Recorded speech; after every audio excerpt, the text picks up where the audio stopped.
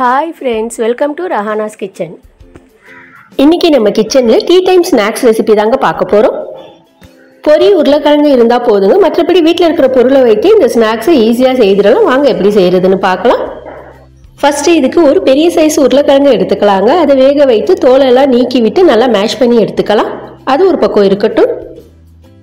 அடுத்து மிக்ஸி ஜார்ல measuring கப்பால 2 cup அளவுக்கு பொரியை சேர்த்துக்கலாங்க. எந்த அளவுக்கு நல்லா ஃபைனா அரைக்க முடியுமோ அந்த அளவுக்கு அரைச்சி எடுத்துக்கலாம். ஒரு பவுலுக்கு மாற்றி விட்டுக்கலாங்க. அது கூடவே 1/4 கப் போல கடலை மாவு,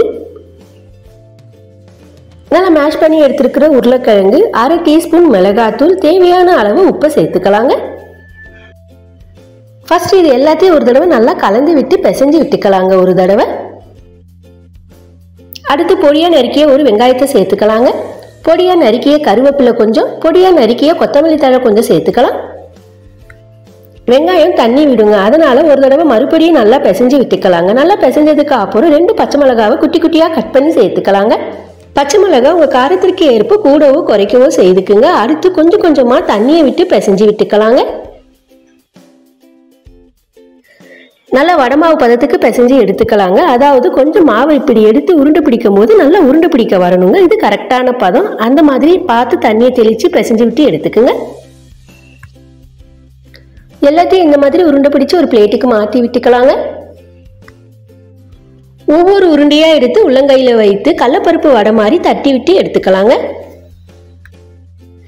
எல்லாம் தட்டி விட்டு ரெடியா இருக்குங்க. அடுத்து இதை நம்ம ஃப்ரை பண்ணி எடுத்துக்கலாம். அதுக்கு கடாயில எண்ணெயை விட்டுக்கலாம். எண்ணெய் சூடான உடனே நம்ம தட்டி எடுத்து வச்சிருக்கிறத ஒன்று அதில் சேர்த்து விட்டுக்கலாம். அடுத்து அடுப்பை மீடியம் ஃப்ளேமில் வச்சு ஃப்ரை பண்ணி விட்டுக்கலாங்க. அடுப்பை ஃபாஸ்ட்டாக வச்சா மேலே கலர் வந்துடும், ஆனால் உள்ளே வேகாமல் போயிடுங்க. அதனால அடுப்பை மீடியம் ஃப்ளேமில் வச்சு ஃப்ரை பண்ணி விட்டுக்கலாம். எண்ணெயினுடைய சலசலப்பெல்லாம் அடங்கினதுக்கு அப்புறம், அதாவது ஒரு பக்கம் நல்லா ஃப்ரை ஆனதுக்கு அப்புறம் இன்னொரு பக்கம் திருப்பி விட்டுக்கலாங்க. சில நிமிஷத்துக்கு அப்புறம் இன்னொரு பக்கமும் வறுபட்டதுக்கு அப்புறம் எடுத்து விட்டுக்கலாங்க. வடை சூப்பரா ரெடி ஆகிடுச்சுங்க. ஒரு பிளேட்டுக்கு மாற்றி விட்டுக்கலாம். நல்லா சுட சுட டீ கூட ஈவினிங் டைம்ல பரிமாறி விட்டுக்கலாங்க. இது வரைக்கும் நம்ம சேனலை சப்ஸ்கிரைப் பண்ணாதவங்க சப்ஸ்கிரைப் பண்ணுங்க.